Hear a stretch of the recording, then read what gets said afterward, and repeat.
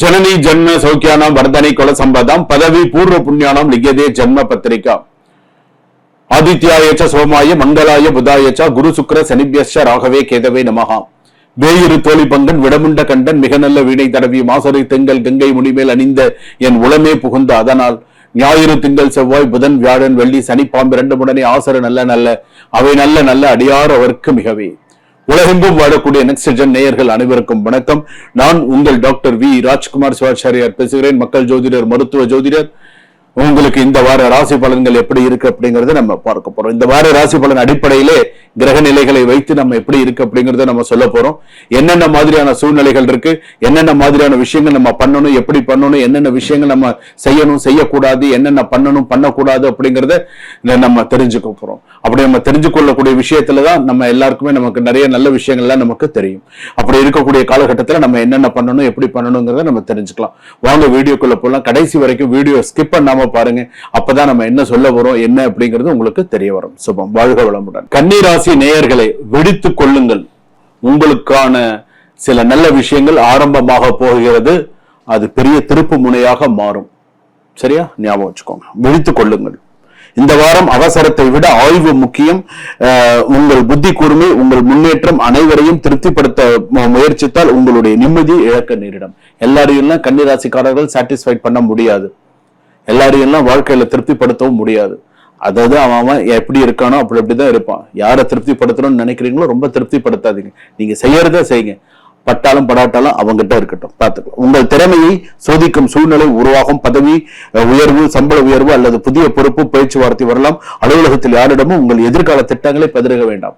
நான் இதை செய்ய போறேன், வெளிநாடு போறேன், நான் அதை செய்ய போறேன், இதை பண்ண போறேன், இப்படி பண்ண போறேன். உன்னுடைய எதிர்கால திட்டத்தை நீ இன்னொருத்தர்கிட்ட முன் வச்சேன்னு அவன் கிட்ட எல்லாம் சொல்லிட்டான் சார், அவன் எல்லாத்துக்கும் ரெடியா தான் சார் இருக்கான். உங்களை பத்தின தவறான சில விஷயங்களை எல்லாம் கொண்டு வருவதற்கான வாய்ப்புகள் நிறைய வரும். அதுவும் முக்கியமாக என்ன எழுத்துல அவங்க முக்கியமா கன்னியா ராசிக்காரர் பொறுத்தளவுக்கு ஜே எழுத்துல வரக்கூடியவர்கள், பி எழுத்தில் ஆரம்பிக்கக்கூடியவர்கள், வி எழுத்தில் ஆரம்பிக்கக்கூடியவர்கள், டி எழுத்தில் ஆரம்பிக்கக்கூடியவர்கள், டி எழுத்தில் ஆரம்பிக்கக்கூடியவர்கள், இவர்கள் எல்லாருமே கொஞ்சம் எச்சரிக்கையுடன் நடந்து கொள்வது நல்லது. ஏன்னா இதெல்லாம் மிக முக்கியமான சில, ஏன்னா இதெல்லாம் நம்ம ஆராய்ந்து சொல்லக்கூடிய வார்த்தைகள். இந்த பேர்ல இந்த இதுல இருக்கிறவங்க இவங்க கவனமா இருக்கணும்னா கவனமா இருக்கணும். எதிர்பாராத செலவுகள் அதிகரிக்கலாம். இஎம்ஐ கடன், மருத்துவ செலவு அல்லது வீட்டு பராமரிப்பு செலவுகள், சேமிப்பை குறைக்கலாம். இந்த வாரம் தேவையற்ற வாங்குதலை தவிருங்கள்.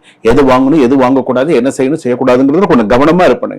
என்னங்க கன்னியா ராசி பொறுத்தளவுக்கு எவ்வளவு பிரச்சனை. கண்டகச்சனி வேற ஒரு பக்கம் ராசிக்கு 12ல சுக்கிரன், ஒரு கிரக அமைப்புகள்லாம் அந்த அளவுக்கு கொஞ்சம் சாதகமா இல்ல.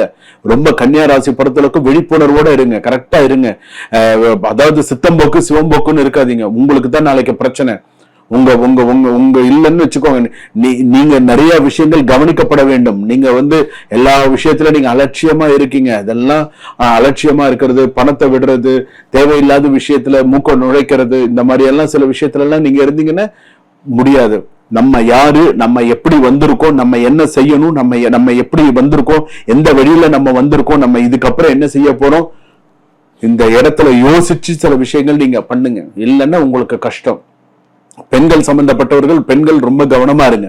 கன்னியாராசி பெண்கள் ரொம்ப கவனமா இருக்கணும். அஸ்த நட்சத்திரம் கன்னியாராசி, சித்திர நட்சத்திரம் கன்னியாராசில கவனமா இருக்கு. சித்திர நட்சத்திரம் கன்னியாராசிலாம் படுமோசமா இருக்கு, கவனமா தான் இருக்கணும். சித்திர நட்சத்திரம் கன்னிராசிலாம் வாழ்க்கையே வேண்டாம் அப்படிங்கிற மாதிரி இருக்கு. கன்னியாராசி, சித்திரை கன்னி, அஸ்தம் கன்னி எல்லாம் பாத்தீங்க அப்படின்னு சொன்னா சில பேருக்கு பாத்தீங்கன்னா கணவன் மனைவி இருக்காங்க, என்கிட்டயே எனக்கே போன் பண்ணி கேட்கறாங்க. எனக்கு கணவர் இருக்காங்க, எனக்கு 2 குழந்தைகள் இருக்காங்க, நான் ஒரு ரிலேஷன்ஷிப்ல இருக்கேன் அப்படின்னு சொல்றாங்க. யார்? ஒரு மனைவி சொல்றாங்க, நான் ரிலேஷன்ஷிப்ல இருக்கேன், இது எனக்கு கடைசி வரைக்கும் வருமா வராதா அப்படின்னு கேக்குறீங்க. ஏங்க இதெல்லாம் அதாவது ஒரு சில விஷயங்கள் வீட்டுல குழந்தைகள், சின்ன குழந்தைகளா இருந்தா பரவாயில்ல, 10வது படிக்கக்கூடிய ஒரு குழந்தைகளை வச்சுட்டு, 12வது படிக்கிற ஒரு குழந்தைகளை வச்சுட்டு நீங்க இந்த மாதிரி சில விஷயங்கள் பண்ணும்பொழுது நாளைக்கு ஏதாவது ஒரு விஷயங்கள் வெளியில, நீங்களா தயவு செய்து என்ன கண்டகச்சனி நடக்கிறது பார்த்து நடந்துக்கோங்க. அதுதான் நான் சொல்றேன், பார்த்து நடந்துக்கோங்க கன்னியா ராசிக்காரர்கள். அவசரப்பட்டு செலவு பண்றது, ஒரு செலவு பண்றதுக்கு முன்னாடி 10 தடவை யோசிச்சு செய்யுங்க. ஒரு விஷயம் செய்யறதுக்கு முன்னாடி நிறைய யோசிச்சு செய்யுங்க. மருத்துவ செலவுகள் அதிகரிக்கிறது, சீனியர் சிட்டிசன்ஸுக்கெல்லாம் கொஞ்சம் மருத்துவ செலவு அதிகரிக்கும். ஷேர் மார்க்கெட்ல பார்த்து இன்வெஸ்ட் பண்ணுங்க. மாணவ மாணவிகள் படிப்புல கொஞ்சம் கவனம் செலுத்துங்க.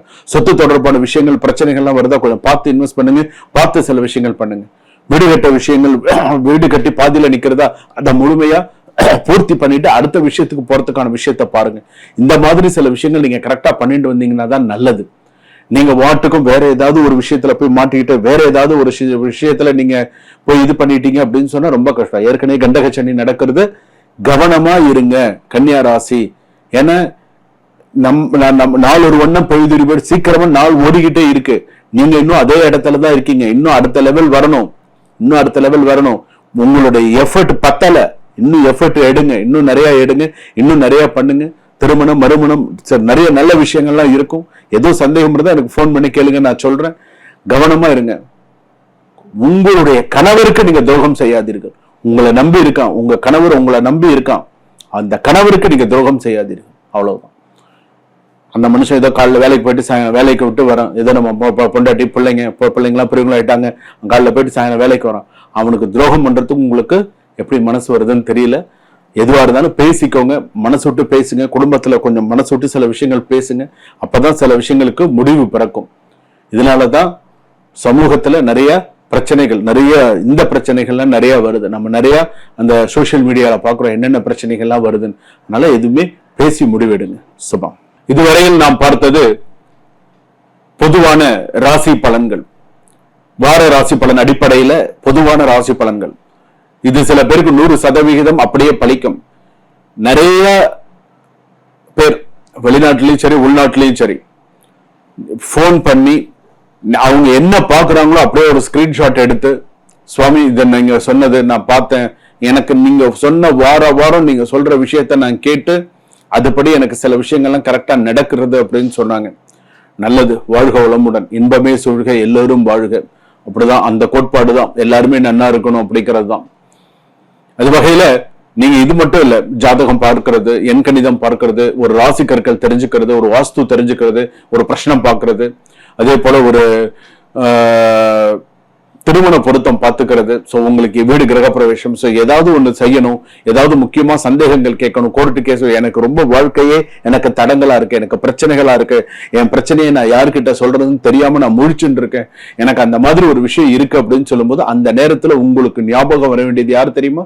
மக்கள் ஜோதிடர் ராஜ்குமார் அண்ணா இருக்காங்க, சுவாமிஜி இருக்காங்க.